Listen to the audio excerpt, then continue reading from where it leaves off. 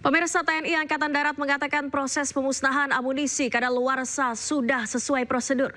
Dan berikut keterangan dari Kadis Penat Brigjen TNI Wahyu Yudayana terkait ledakan di Kabupaten Garut.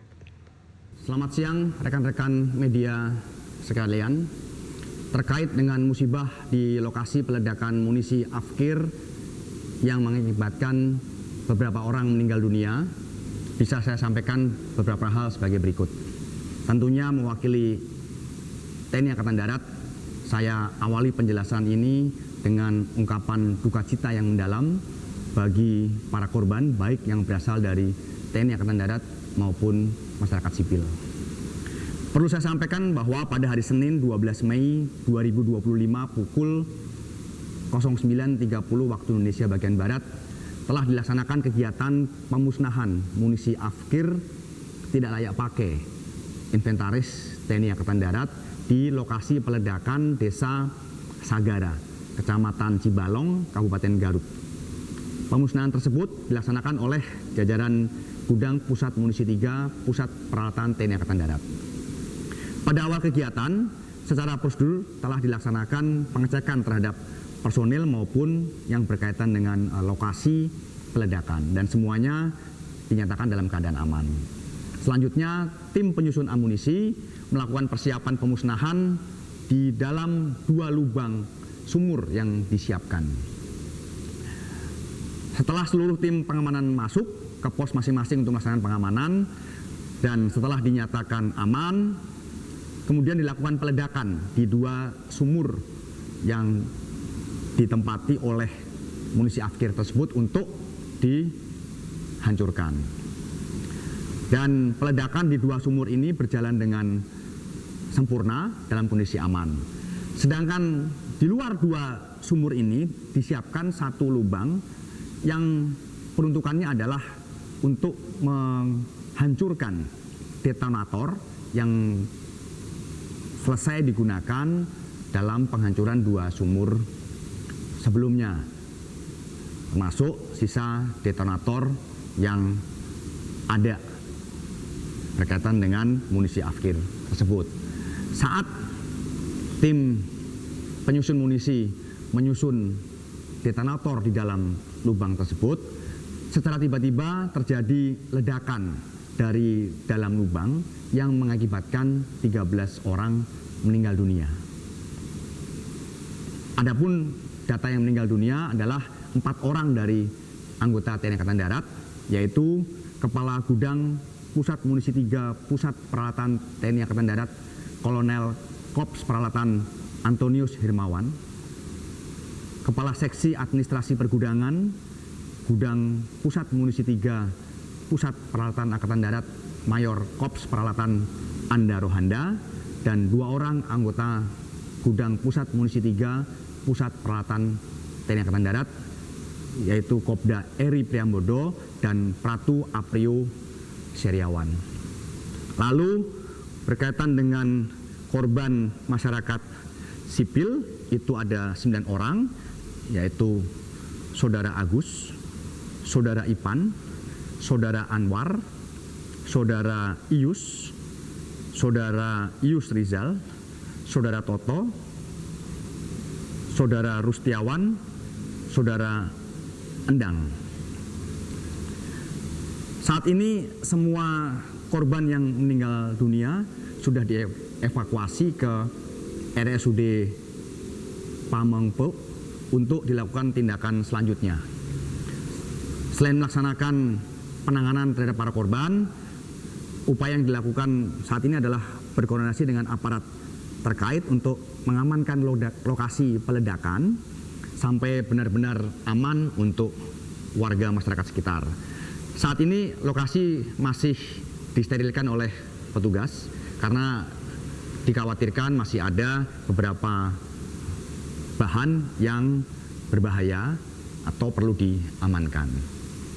Penyebab dari kejadian tersebut masih dalam tahap penyelidikan oleh tim TNI Angkatan Darat, termasuk terkait dengan korban sipil. Karena perlu kami sampaikan juga pada kesempatan ini bahwa lahan yang digunakan untuk penghancuran munisi Afkir tersebut adalah lahan milik BKSDA Kabupaten Garut yang sudah rutin digunakan untuk memusnahkan munisi Afkir dan lokasinya jauh dari pemukiman warga. Sekali lagi kami segenap jajaran TNI Angkatan Darat mengucapkan rasa bela sungkawa yang sedalam-dalamnya terhadap semua korban dan para prajurit TNI Angkatan Darat yang menjadi korban dalam musibah ini adalah prajurit-prajurit yang memiliki dedikasi yang tinggi, dan kami juga berduka cita, berbela sungkawa atas meninggalnya korban masyarakat sipil. Kami mengajak seluruh masyarakat Indonesia untuk turut mendoakan para korban dan semua keluarga yang ditinggalkan diberikan ketabahan. Kami akan melaksanakan investigasi secara menyeluruh terkait dengan kejadian ini dan akan kami sampaikan informasi selanjutnya berkaitan dengan perkembangan dari penyelidikan atau investigasi yang dilaksanakan. Demikian informasi yang dapat kami sampaikan. Terima kasih, selamat siang. Terima kasih Anda masih di iNews Sore. Pemirsa, pasca ledakan yang menewaskan 13 orang di Desa Sagara, Kecamatan Cibalong, Kabupaten Garut, Jawa Barat, Gubernur Jawa Barat Deddy Mulyadi mengucapkan bela sungkawa kepada seluruh korban. Dalam media sosialnya, Deddy Mulyadi mengaku sangat prihatin dengan tragedi ledakan yang menewaskan 13 orang, yang terdiri dari 4 anggota TNI dan 9 warga sipil. Di samping itu, Deddy Mulyadi juga mendoakan seluruh korban meninggal dunia. Sebelumnya 13 orang meninggal dunia atas insiden ledakan saat pemusnahan amunisi kadaluarsa di Desa Sagara, Kabupaten Garut, Jawa Barat.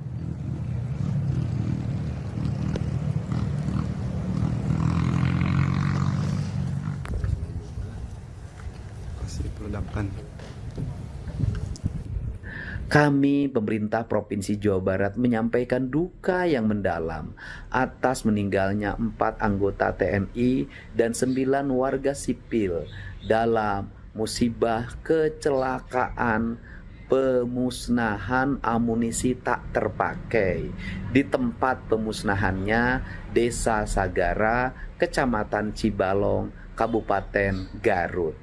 Semoga almarhum diterima seluruh keimanannya, mendapat ampunan seluruh dosa yang telah dilakukannya, dan mendapat tempat yang mulia di sisi Allah Subhanahu wa Ta'ala. Dan semoga keislamannya diterima oleh Allah Subhanahu wa Ta'ala. Dan untuk keluarganya, semoga diberikan ketabahan atas musibah yang terjadi, dan semoga kita semua diberikan kelapangan hati untuk bersama-sama menyampaikan doa pada saudara-saudara kita yang meninggal atas musibah tersebut dengan membaca surat Al-Fatihah. Ya pemirsa, 13 orang tewas akibat insiden ledakan saat pemusnahan amunisi tak layak pakai di Kabupaten Garut, Jawa Barat. 4 diantaranya anggota militer dan 9 lainnya warga sipil. Insiden ledakan yang terjadi Senin pagi ini menewaskan 4 anggota TNI. Di antaranya Kolonel CPL Antonius Hermawan, Mayor CPL Anda Rohanda, Kopda RI Dwi Priambodo, dan Pratu Aprio Hermawan. Sementara itu 9 korban tewas lainnya merupakan warga sipil yang berada di sekitar lokasi kejadian.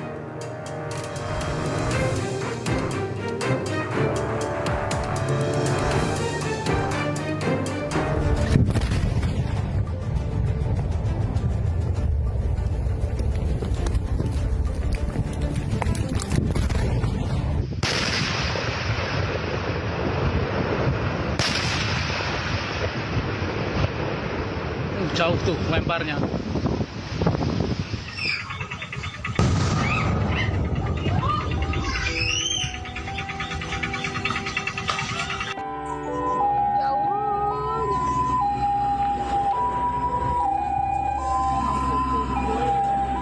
Ini ketemu lagi serpihan jenazah baru datang.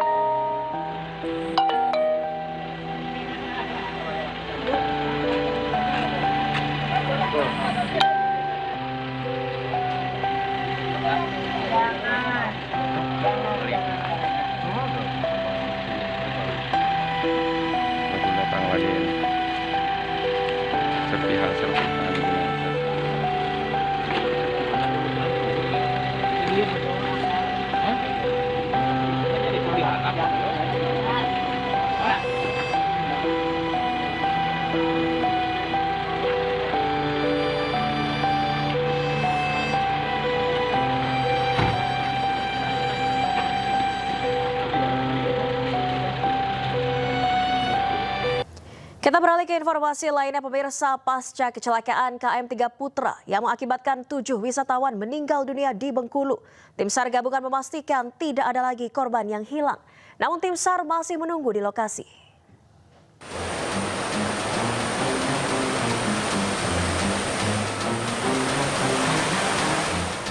Hingga Senin pagi, dari 98 korban wisatawan yang menaiki kapal motor 3 Putra, seluruh korban telah terkonfirmasi dan tidak ada korban lagi yang dinyatakan hilang. Selain 7 korban meninggal dunia, 15 korban selamat masih dirawat di Rumah Sakit Bayangkara, Kota Bengkulu. 11 pasien telah dipindahkan ke ruang rawat inap, 4 pasien masih berada di ruang ICU, dan 1 pasien hingga kini masih kritis. Meski seluruh korban telah terdata, tim SAR gabungan tetap melakukan apel siaga di lokasi. Jika ada laporan korban lainnya, tim SAR akan langsung turun melakukan pencarian. Namun jika tidak ada korban lagi, operasi SAR gabungan akan ditutup pada pukul 12 siang.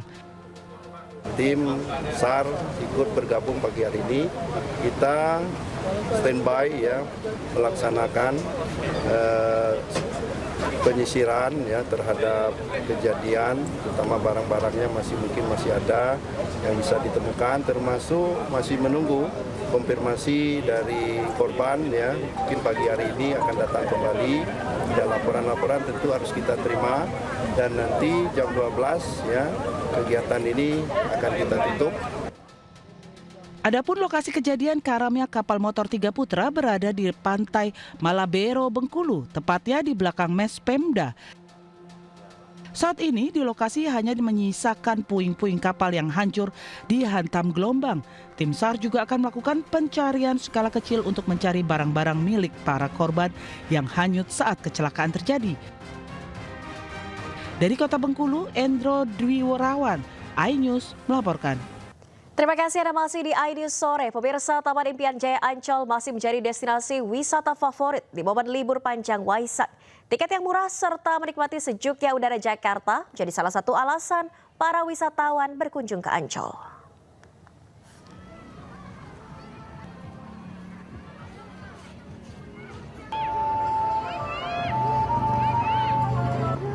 Ribuan pengunjung mendatangi Taman Impian Jaya Ancol sejak pagi tadi. Pantai Ancol masih menjadi primadona wisata di momen libur panjang Waisak.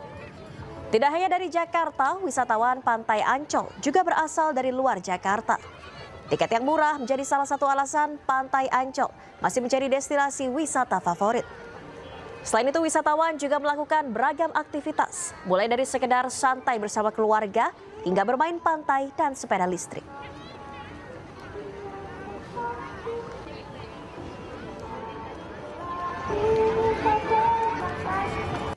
Sebelumnya pemirsa, kemacetan panjang terjadi dari Simpang Gadok menuju ke kawasan Puncak, Jawa Barat. Warga memadati Puncak untuk memanfaatkan libur panjang Hari Raya Waisak.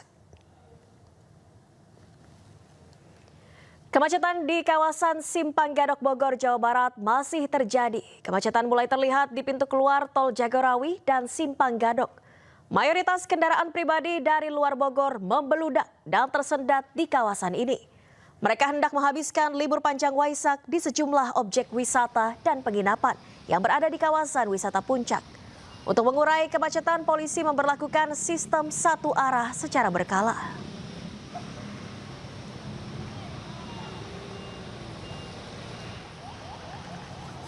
Dan pemirsa, di libur panjang perayaan Waisak ini, ribuan wisatawan dari berbagai daerah juga terus memadati kawasan Braga di Bandung, Jawa Barat. Jalan Asia Afrika dan Jalan Braga Bandung terus dipadati wisatawan dari berbagai daerah. Dengan berlatar belakang bangunan bersejarah, banyak wisatawan yang berfoto di sepanjang jalan. Selain itu, kawasan Jalan Asia Afrika juga dipenuhi aneka kuliner yang bisa dinikmati.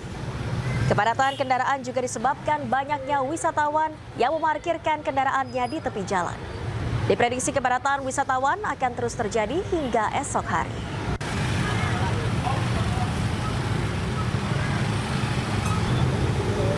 Pemirsa, sejumlah kendaraan roda 4 banyak mengalami mogok di jalur alternatif, tepatnya di Tanjakan Puncelut, Lembang, Jawa Barat.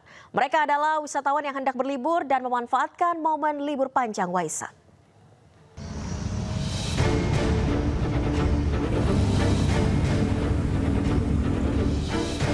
Tak hanya satu, sejumlah kendaraan roda 4 alami mogok saat melewati kawasan Tanjakan Puncrut, Lembang, Jawa Barat. Warga pun akhirnya ikut serta membantu pengendara mendorong mobilnya agar tidak menjadi efek domino macet yang lebih parah. Jalan ini adalah jalur alternatif di mana warga menghindari titik kemacetan di jalur utama dari Bandung menuju Lembang dan sebaliknya. Ini tanjakannya curam banget. Curam. Terus saya juga sama lagi. Jadi Banyak yang mogok atau gimana, Kang? banyak yang mogok. Ini dari mana, rata-rata wisata atau gimana? Wisata. Dari mana ini, plat mana aja, Kang? Biasanya? Plat Jakarta. Jakarta. Iya. Emang tiap libur panjang kayak gini, Kang? Iya. Wisatawan menggunakan jalur alternatif karena jalan arteri Lembang sudah macet sejak pagi hari. Antrian panjang kendaraan sudah tidak terhindarkan karena antusias warga yang ingin menghabiskan libur panjang Waisak bersama keluarga. Petugas pun mengimbau warga tetap berhati-hati. Untuk anak-anak Puncrut atau Dago? lewat Sersan Bajuri atau Kolonel Masturi atau melalui jalur Bandung ataupun melalui jalur arteri Subang. Bang, untuk jalur arteri, jalur alternatif kan banyak yang nanjak gitu, Bang. Betul. Ekstrim seperti apa himbauannya, Bang? Nah, himbauannya tetap selalu berhati-hati, jaga keselamatan, utamakan keselamatan daripada kecepatan, dan untuk kendaraan silakan siap diri dan dicek dengan baik. Selain Tanjakan Puncrut, sejumlah titik jalur alternatif lainnya seperti Dago Cijeruk, Sersan Bajuri, hingga kawasan Cihideng pun dipadati kendaraan. Petugas memprediksi bahwa jalur utama di Jalan Setiabudi Kota Bandung menuju Lembang dan di kawasan Lembang akan macet hingga berakhir libur Waisak. Dari Bandung, Jawa Barat, Yuwono, iNews melaporkan. Kita ke informasi selanjutnya, pemirsa. Polisi menangguhkan penahanan mahasiswi yang membuat meme Presiden Prabowo dan Presiden ke-7 RI Joko Widodo. Pemerintah pun mengusulkan anak muda yang kritis lewat meme sebaiknya dibina, bukan dihukum. Solidaritas untuk keluarga kami yang ditahan.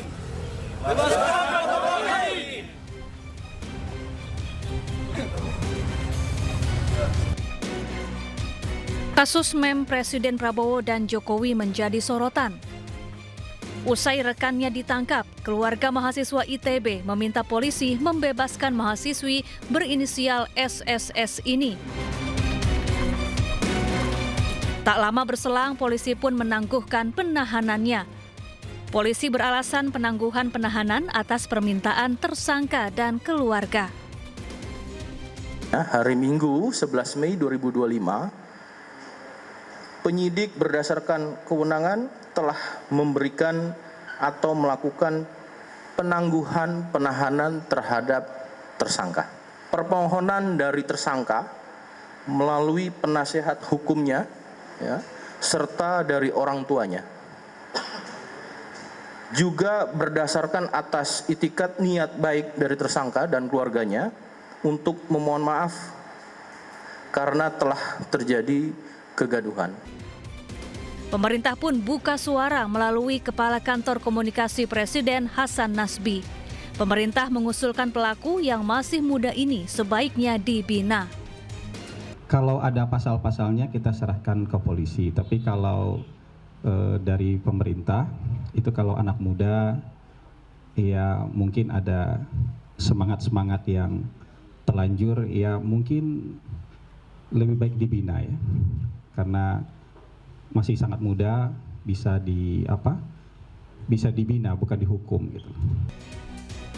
Sebelumnya media sosial dihebohkan dengan unggahan meme Presiden Prabowo dan mantan Presiden ke-7 RI Joko Widodo. Seorang mahasiswi ITB pun sempat ditahan dan dikenakan pasal Undang-Undang ITE. Alasannya, meme yang dibuat bermuatan asusila. Tim Liputan iNews melaporkan. Pemirsa, umat Buddha mendatangi Vihara Dhamma Caka Jaya di kawasan Sunter, Jakarta Utara. Mereka berdoa dan bermeditasi bersama dalam perayaan Hari Raya Waisak. Hari Raya Waisak jatuh pada hari ini dan dirayakan oleh seluruh umat Buddha. Vihara Dhamma Caka Jaya di kawasan Sunter, Jakarta Utara didatangi umat Buddha sejak pagi tadi. Mereka datang bersama keluarga dan kerabat untuk berdoa dan bermeditasi. Acara dimulai pukul 9 pagi, ditandai dengan dibunyikannya genta dan tambur, lalu bikhu memasuki tempat ibadah. Adapun Waisak tahun ini adalah kebijaksanaan dasar keluhuran bangsa. Sebenarnya persiapannya itu kita 1 bulan sebelum menjelang Waisak itu ada beberapa rangkaian acara ya, seperti Damatho, kemudian kita ada bakso juga, ada meditasi juga. Itu selama sebulan full, ada kebaktian ya, nama kita Puja Bakti.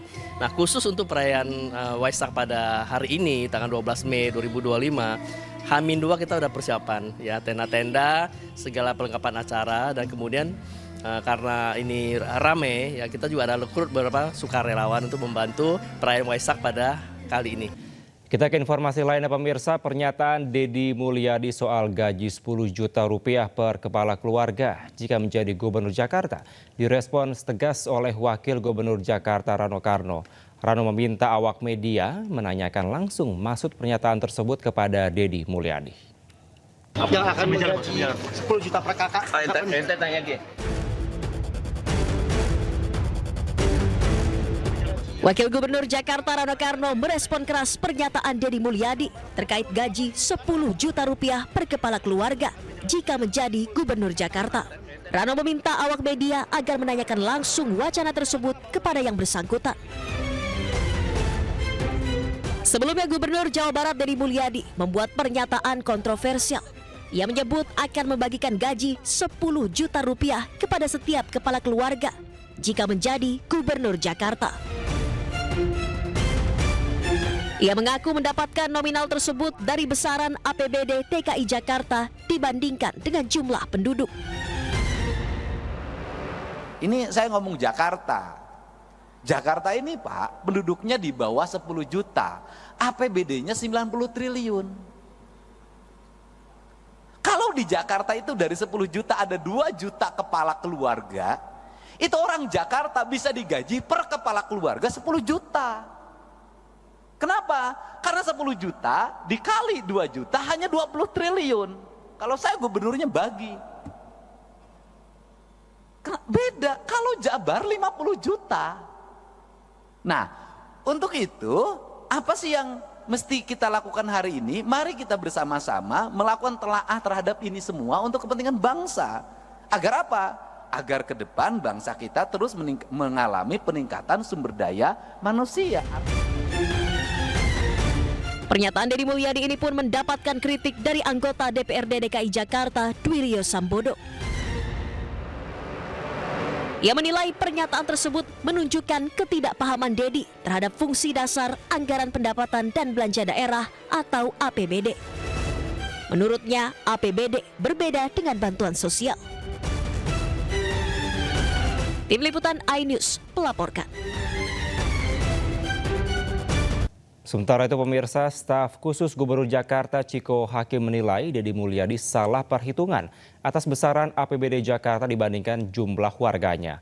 Menurutnya jika seluruh warga Jakarta mendapatkan 10 juta rupiah, maka dibutuhkan anggaran sebesar 240 triliun rupiah. Saya melihat Kang Deddy Mulyadi ini sebenarnya sama dengan Mas Pram, punya semangat, punya niat baik untuk membangun daerahnya masing-masing dan khususnya untuk kesejahteraan warga. Tapi wajar nggak Bang angka 10 juta per bulan? Mohon maaf, tapi di situ beliau salah hitung. Karena kalau 10 juta kali 2 juta warga itu artinya 20 triliun sebulan. Ya kan? Sementara beliau kan mau gaji 10 juta per bulan. Jadi kalau 2 triliun, 20 triliun sebulan, berarti kalau mau digaji 10 juta per bulan kan jadinya 240 triliun. Itu salah itu. Nanti bisa kutip saya dari MNC soal itu. Tapi intinya saya tidak mau mencemooh atau apa. Artinya Kang Deddy mungkin terlalu semangat sehingga sampai salah hitung gitu aja. Tapi saya tetap mengapresiasi Kang Deddy sebagai salah satu gubernur terbaik di Indonesia saat ini. Sama niatnya sama Mas Pram untuk menjaga warga. Sementara itu pemirsa, Ketua Komisi 3 DPR RI Habibur Rahman memastikan penahanan terhadap mahasiswi ITB yang ditangkap karena mengunggah meme rekayasa Presiden Prabowo Subianto ditangguhkan. Habibur Rahman menilai mahasiswi tersebut dapat dibina oleh keluarga dan tenaga pendidik. Tidak adanya sikap batin atau mens rea dari tersangka ini untuk melakukan tindakan tersebut. Sehingga saya mendorong pertama untuk penangguhan penahanan, ya. Jadi yang bersangkutan tidak ditahan. Yang kedua, kita dorong kalau bisa yang bersangkutan itu dibina, ya, oleh keluarganya ataupun oleh institusi tempat anak tersebut menjalankan kuliah di Institut Teknologi Bandung. Surat saya langsung sampaikan, saya WA juga ke Pak Kabar Reskrim, ya. Alhamdulillah mendapat sambutan yang sangat positif, ya. Langsung yang bersangkutan mendapatkan penangguhan penahanan. Saya pikir ini adalah bentuk sikap yang sangat bijaksana dari institusi Polri, ya, di mana restoratif justice atau keadilan restoratif benar-benar diterapkan, ya. Padahal kalau kita mengacu kepada regulasinya, ya, KUHP yang mengatur soal restoratif justice pasal 36 itu kan baru berlaku tanggal 1 Januari 2002. Sementara itu pemirsa, di libur panjang perayaan Waisak ini ribuan kendaraan mulai kembali ke Jakarta dari kawasan Puncak Bogor, Jawa Barat. Sistem satu arah pun diterapkan pihak kepolisian sejak siang tadi. Kepadatan kendaraan dari Jakarta menuju Puncak di Simpang Gadok Ciawi Bogor mulai terurai. Sistem rekayasa lalu lintas berupa one way atau satu arah jalur Jakarta Puncak diterapkan lebih cepat dari prediksi awal. Antrian panjang kendaraan dari Puncak menuju Jakarta sebelumnya terjadi hingga mencapai arah Cianjur. Volume kendaraan dari Puncak menuju Jakarta mulai melonjak sejak pagi tadi karena arus balik warga yang berlibur dari kawasan wisata.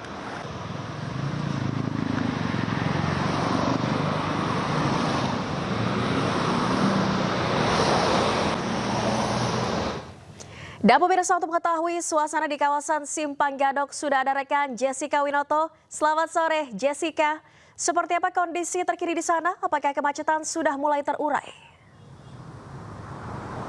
Ya, selamat sore Valeri dan juga pemirsa, dapat kami sampaikan kondisi terkini arus lalu lintas di area Simpang Gadok Ciawi Bogor terpantau ramai lancar sejak pukul 11 pagi tadi. Karena memang di pukul 11 pagi tadi, tepatnya di 11.50 waktu Indonesia Barat telah diberlakukan sistem one way dari arah Puncak menuju Jakarta. Dan memang informasinya bahwa sistem one way dari arah Puncak menuju Jakarta ini diberlakukan lebih cepat. Karena awalnya adalah rencana sistem one way dari arah Jakarta menuju Puncak diberlakukan hingga pukul 1 siang waktu Indonesia Barat. Tetapi karena adanya antrian yang cukup panjang dan sudah hampir mencapai di area Cianjur, Jawa Barat, Satlantas Polres Bogor memutuskan untuk membuka sistem one way dari arah Puncak menuju Jakarta hingga saat ini.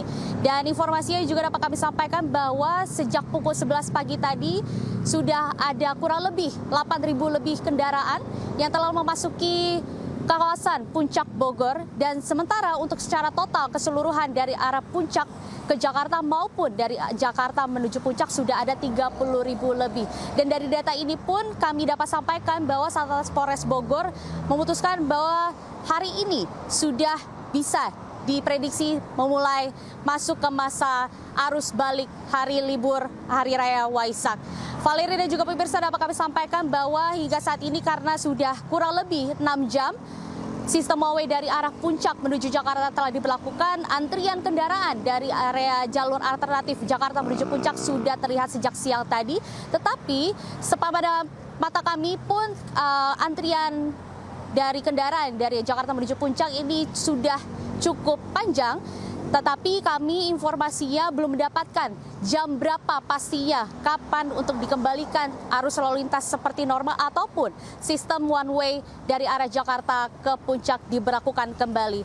Dan ada pun juga informasi kami dapatkan untuk menghimbau bagi masyarakat, jikalau Anda akan melakukan perjalanan menuju Puncak maupun sebaliknya ke arah Jakarta, dapat memperhatikan kondisi kendaraan Anda dalam kondisi yang prima sehingga tidak terjadinya hal-hal yang tidak diinginkan. Dan ada pun kami juga menyampaikan untuk memperhatikan kondisi kesehatan Anda. Valeri. Baik, terima kasih Jessica Winoto melaporkan langsung dari Simpang Gadok Puncak Bogor, Jawa Barat. Jessica, selamat bertugas kembali dan selamat sore. Pemirsa, ribuan umat Buddha dari berbagai daerah berdatangan ke Candi Mendut Magelang, Jawa Tengah. Umat datang dari berbagai daerah untuk mengikuti satu demi satu proses Waisak hingga ke Candi Borobudur.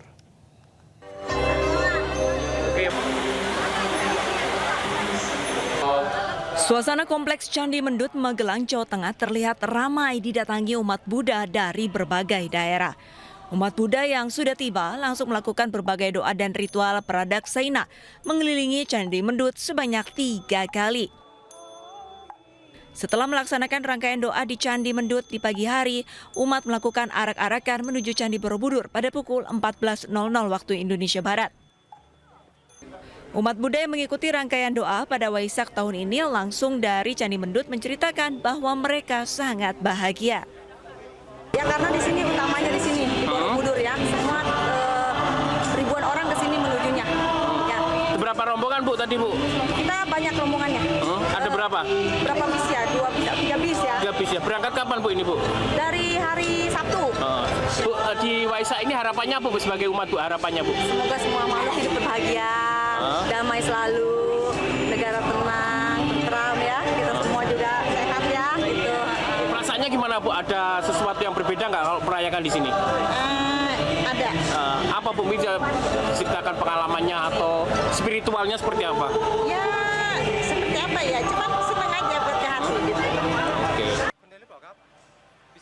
Dalam peringatan Trisuci Waisak 2569 BE 2025 bertemakan tingkatkan pengendalian diri dan kebijaksanaan, mewujudkan perdamaian dunia. Adapun subtema Waisak tahun ini adalah bersatu mewujudkan damai Waisak untuk kebahagiaan semua makhluk. Dari Magelang, Jawa Tengah, Puji Hartono, iNews melaporkan. Dan pemirsa, seperti apa suasana di wilayah Candi Borobudur pada perayaan Waisak hari ini? Sudah ada rekan Puji Hartono di kawasan Candi Borobudur, Jawa Tengah. Selamat sore, Puji, seperti apa proses perjalanan api abadi dan air suci menuju Candi Borobudur? Iya, selamat malam Kevin. Saat ini saya berada di pintu masuk tempat acara nantinya lampion akan diterbangkan ya, sekitar 2.000 lebih lampion pada pukul 7. Sebelumnya tadi pukul 2 rombongan arak-arakan dari Candi Mendut menuju Candi Agung tiba pukul 4 sore dan langsung api, air serta ribuan umat Buddha langsung berada di puncak Candi Borobudur untuk mengikuti prosesi satu demi satu rangkaian Trisuci Waisak, di mana nantinya pukul 23 lebih 55 akan diadakan detik-detik Waisak. Kevin.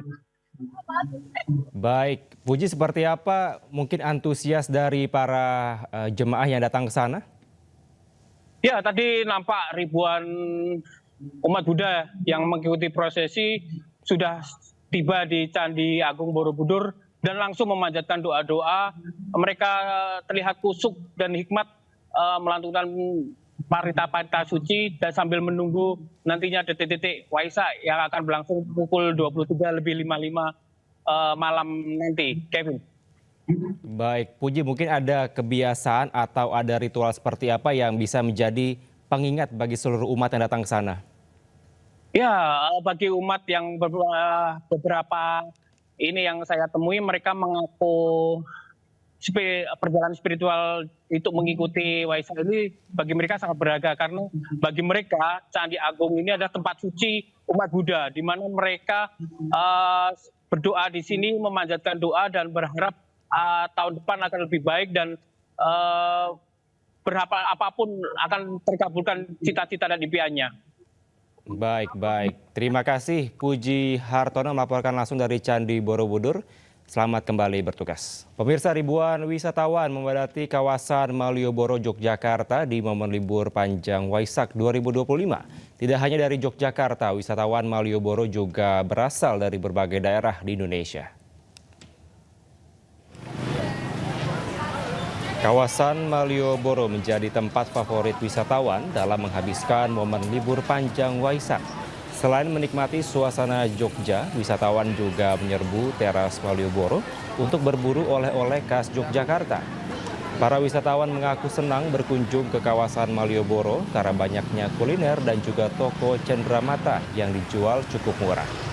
Ramainya kawasan Malioboro diperkirakan akan terus terjadi hingga akhir momen libur panjang Waisak.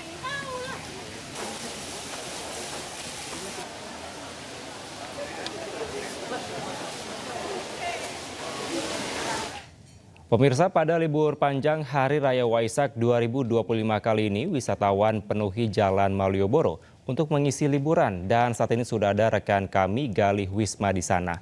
Halo, selamat sore Galih. Seperti apa keramaian di kawasan Malioboro, Yogyakarta? Ya, selamat malam Kevin dan juga pemirsa. Malam hari ini kawasan Malioboro telah banyak atau ribuan pengunjung telah datang untuk menikmati suasana malam di kota Yogyakarta. Di kawasan Malioboro ini memang para wisatawan telah membanjiri kawasan ini sejak petang hingga malam hari ini. Di kawasan Malioboro ini memang para wisatawan selain dapat menikmati suasana malam kota Jogja, mereka juga dapat berbelanja ataupun duduk santai dan berjalan menikmati suasana malam kota Jogja. Di sepanjang pedestrian Malioboro ini pengunjung ini selain berbelanja oleh-oleh pakaian, batik maupun kaos khas Jogja, mereka juga dapat berbelanja kuliner seperti bakpia maupun kue kering lainnya. Dan untuk kepadatan arus lalu lintas di Jalan Malioboro ini memang telah macet ya seperti itu dari Jalan Abu Bakar Ali maupun Jalan Mataram yang ingin memasuki Jalan Malioboro di malam hari ini. Seperti itu tadi. Baik, menurut Anda berarti ada peningkatan yang cukup signifikan ya pada saat libur Waisak pada saat ini, Galih. Apakah di sana dari pemerintah setempat ada menyiapkan acara-acara khusus di Hari Raya Waisak hari ini? Ya, untuk libur panjang Waisak di kawasan Malioboro ini memang terjadi lonjakan wisatawan ya dibandingkan hari biasa. Namun untuk acara-acara khusus tidak diadakan oleh pemerintah setempat, namun bagi para wisatawan dapat menikmati live musik yang memang biasa berjalan dari para musisi jalan di kota Yogyakarta. Baik. Terima kasih Galih Wisma melaporkan langsung dari kawasan Malioboro, Yogyakarta. Selamat kembali bertugas. Kita ke informasi lainnya pemirsa, DPP Partai Perindo semakin masif menggelar rapat konsolidasi di berbagai daerah sebagai langkah persiapan menuju tahun politik 2029. Konsolidasi ini dilakukan untuk menjaga soliditas, kekompakan, serta pembekalan strategi pemenangan kepada seluruh kader dan pengurus daerah.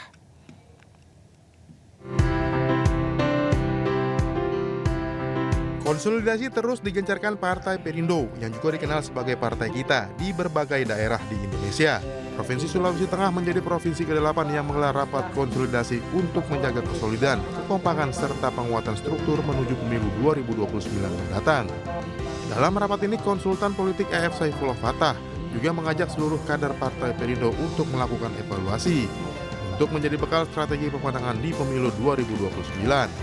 Sulawesi Tengah sangat beruntung karena terpilih menjadi salah satu dari 9 provinsi di awal untuk kegiatan konsolidasi pemenangan 2029. Dan hari ini pengurus maupun anggota DPR, 23 anggota DPR Sulawesi Tengah itu juga sudah siap dan bahkan bekerja untuk pemenangan 2029 mendatang.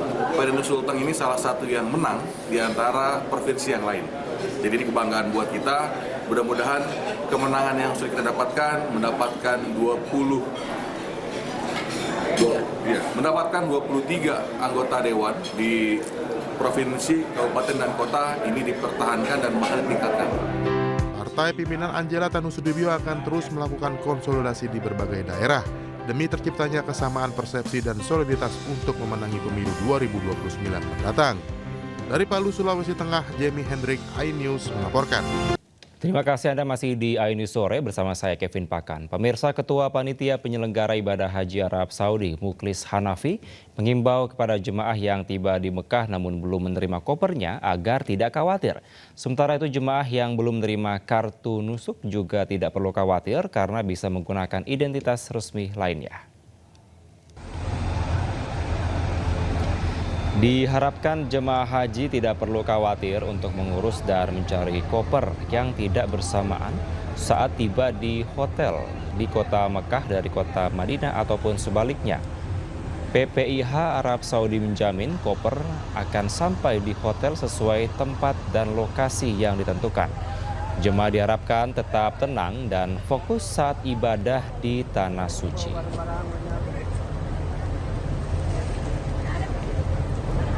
Tetapi kita sudah menetapkan ya petugas-petugas yang bertanggung jawab terhadap koper jamaah. Ya. Dan itu soal waktu saja. Mudah-mudahan dalam waktu yang tidak terlalu lama itu akan diantar ke hotelnya, ke jamaahnya ya.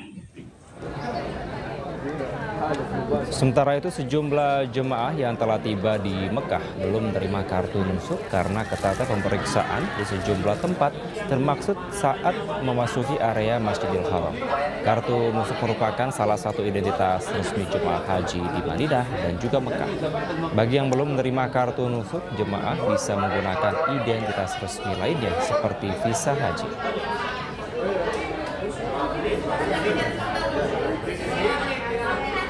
Gelang ya, yang diharapkan itu bisa menjadi backup ya, identitas. Selain itu kan jamaah kita juga kan ada identitas dari Kementerian Agama ya, dari PPIH yang biasa dikalungkan oleh jamaah-jamaah kita, itu juga bisa membackup ya bahwa ini adalah. Dan pemirsa, untuk mengetahui suasana terkini di Madinah sudah ada rekan kami Gigi Irfan di sana. Halo, selamat sore waktu Jakarta. Gigi, sudah berapa kloter jemaah calon haji yang tiba di Mekah? Selamat siang waktu Arab Saudi, Kevin dan pemirsa. Pergerakan jemaah calon haji Indonesia dari Madinah ke Mekah telah memasuki hari ketiga. Sejak tanggal 10 kemarin, sekitar 9.000 jemaah sudah lebih dulu bergerak menuju Mekah untuk selanjutnya melaksanakan rangkaian ibadah umroh. Rencananya ada 21 kloter dengan jumlah jemaah sekitar 8.257 orang mengambil mikot di Bir Ali dengan 203 armada bus yang disiapkan oleh petugas untuk selanjutnya menuju Mekah. Gelombang pemindahan akan terus berlangsung hingga 25 Mei mendatang. Di tengah proses pemindahan jemaah, muncul fenomena pecah kelompok terbang setiba di Mekah. Ini artinya jemaah tidak lagi diinapkan berdasarkan kloter seperti saat terbang dan berada di Madinah, melainkan berdasarkan syarikah atau perusahaan penyedia layanan haji resmi yang ditunjuk ke pemerintah Arab Saudi. Menanggapi hal ini, Ketua Panitia Penyelenggara Ibadah Haji PPIH Arab Saudi, Mukhlis Muhammad menyebut perubahan skema ini bagian dari transformasi sistem layanan haji Arab Saudi. Pada tahun ini, kebijakan baru membuat Indonesia untuk kali pertama menggandeng hingga 8 syarikah setelah sebelumnya hanya 1 syarikah. Meski penempatan akomodasi tidak lagi berdasarkan kloter, namun seluruh jemaah tetap mendapatkan hak layanan yang sama, seperti kamar hotel yang layak, konsumsi 3 kali sehari, transportasi bus selawat hingga bimbingan haji. PPIH terus berupaya bagi pasangan suami istri atau jemaah lansia dan pendampingnya tetap bisa bersama, terutama saat berada di Mekah. Diketahui Panitia Penyelenggara Ibadah Haji atau PPIH Arab Saudi telah menyiapkan 205 hotel untuk 203.320 jemaah calon haji reguler Indonesia di Mekah. Lokasi hotel sendiri dibagi menjadi 10 sektor dan terletak di 4 kawasan, yaitu Shisha, Raudhoh, Jarwal, dan Misfalah. Penempatan hotel jemaah haji ini berdasarkan sebaran embarkasi. Diketahui jemaah akan tinggal di Mekah selama 32 hari. Kevin. Baik, terima kasih Gigi Irfan melaporkan langsung dari Madinah, Arab Saudi. Selamat kembali bertugas, tetap jaga kesehatan di sana. Pemirsa, untuk mendukung kelancaran ibadah jemaah, petugas penyelenggara ibadah haji Arab Saudi telah menyiapkan layanan transportasi khusus berupa bus sholawat. Keberadaan bus ini membantu jemaah untuk melakukan aktivitas ibadah dari hotel ke Masjidil Haram. Jadi per 400 sampai 450 jamaah kita siapkan bis satu unit. Itu kita anggap nanti memadai yang akan memberikan pelayanan jamaah dari pemondokan atau dari hotel ini ke Masjidil Haram 24 jam, termasuk dari sisi pelayanannya juga sama. 24 jam nanti ada petugas baik di halte maupun di terminal yang akan melayani jamaah kita menunaikan ibadah sholat 5 waktunya. Judul kita adalah upgrade. Judul kita itu upgrade karena kita ingin meningkatkan spesifikasinya sebagaimana ketentuan dasar atau ketentuan umum di pemerintah Arab Saudi ini, khususnya yang ditetapkan oleh Nakobah. Jadi mulai dari sisi usia bis itu atau tahun produksi itu maksimal 5 tahun. Sementara kalau ketetapan pemerintah Arab Saudi ini kan 10 tahun. Sehingga dipastikan itu jauh lebih nyaman dibanding dengan bis-bis yang existing yang disiapkan oleh pemerintah Arab Saudi. Termasuk juga di situ ada beberapa fasilitas yang menunjang keamanan keselamatan bagi jamaah. Khusus untuk bis yang inklusif, bis yang akan atau peruntukannya bagi lansia, penyandang disabilitas, atau jamaah yang berkebutuhan khusus, itu juga kita siapkan. Setidaknya kita sudah menyiapkan 30. Sementara Masjid Quba menjadi masjid pertama yang dibangun Rasulullah saat hijrah dari Mekah ke Madinah. Meski tak terlalu megah, namun masjid ini memiliki keutamaan yang tercatat dalam Al-Quran dan hadis.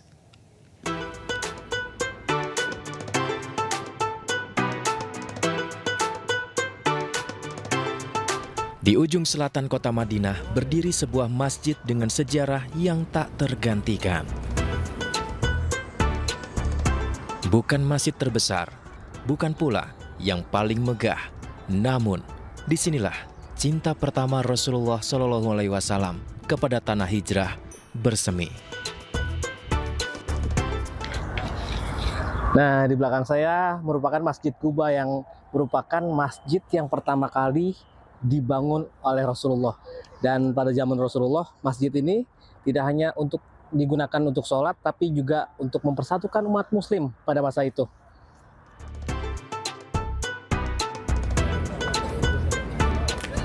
Saat perjalanan hijrah Rasulullah dari Mekah ke Madinah, di desa Quba, beliau singgah selama 4 hari.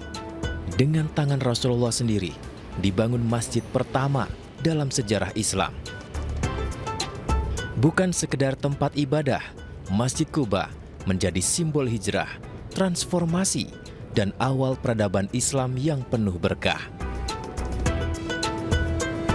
Masjid ini disebut dalam Al-Quran Surat At-Taubah ayat 108 sebagai tempat yang didirikan atas dasar takwa sejak hari pertama. Dan dalam hadis riwayat Ibnu Majah disebutkan barang siapa berwudu di rumahnya lalu mendatangi Masjid Quba dan sholat 2 rakaat, maka baginya pahala seperti berumroh. Masjid Quba telah direnovasi menjadi megah dan luas, namun ruh kesederhanaan dan cinta Rasul tetap mengalir di setiap sudutnya. Di sini, kita diingatkan bahwa hijrah bukan sekedar pindah tempat, namun perjalanan menuju cahaya. Dari Madinah, Arab Saudi, Gigi Irfan, iNews melaporkan. Sementara itu, pihak Perguruan Tinggi ITB Bandung, Jawa Barat sudah berdialog dengan orang tua dan Ikatan Orang Tua Kampus. Orang tua mahasiswi bersangkutan sudah sampaikan permohonan maaf dan kampus berharap kasus ini dapat diselesaikan dengan baik. Sebetulnya sudah melakukan koordinasi tentu saja dengan berbagai pihak ya untuk kemudian mencari keterangan, kemudian membuat suasana menjadi sejuk dan kemudian juga mencari kemungkinan-kemungkinan untuk kemudian berdialog tentang situasi ini. Nah, kami juga sudah melakukan komunikasi dengan pihak orang tua, kemudian juga ada Ikatan Orang Tua Mahasiswa di ITB itu, kemudian juga kami sudah bertemu dengan keluarga mahasiswa ITB pada hari Jumat, dan dari sisi orang tua sendiri yang sudah melakukan komunikasi dengan mahasiswi kami tersebut, bahwa orang tuanya sudah mewakili mahasiswanya menyatakan permintaan maaf ya. Saya kira ini sangat penting buat kita semua dan juga kami sangat mengharapkan tentu saja kebijaksanaan dari berbagai pihak untuk melihat situasi ini juga lebih tenang sehingga semua masalah ini bisa diselesaikan. Kita beralih ke informasi lainnya pemirsa. Anggota DPRD DKI Jakarta dari Partai Perindo, Dina Masyusin, menghadiri kegiatan Lebaran Sekampung bersama warga RW 03 Rawabuaya, Cengkareng, Jakarta Barat. Selain melestarikan tradisi budaya Betawi, kegiatan ini juga menjadi ajang silaturahmi dengan masyarakat.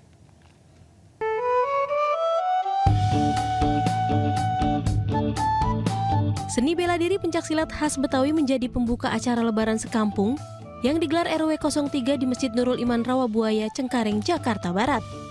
Ribuan warga Rawabuaya sangat antusias menghadiri acara yang digelar rutin tahunan ini. Acara yang turut dihadiri anggota DPRD DKI Jakarta dari Partai Perindo, Dina Masyusin ini menjadi bagian untuk melestarikan budaya Betawi, sekaligus silaturahmi sambil menyerap aspirasi masyarakat.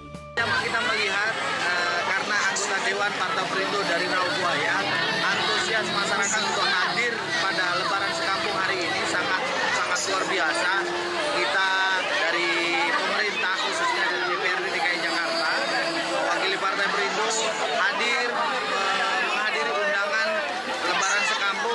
diadakan oleh RW 3 di Rawabuaya. Jadi ini merupakan acara lebaran sekampung yang sudah berjalan bertahun-tahun, yang dulunya dipelopori oleh tokoh masyarakat, pengurus RW setempat, dikarenakan landasannya karena alhamdulillah di RW 3 ini beraneka ragam suku. Melalui kegiatan ini, Dina Mas Yusin berharap warga dapat menjaga dan melestarikan warisan budaya Betawi, sekaligus menjaga silaturahmi antar masyarakat. Dari Jakarta, Miftahul Gani, iNews, melaporkan.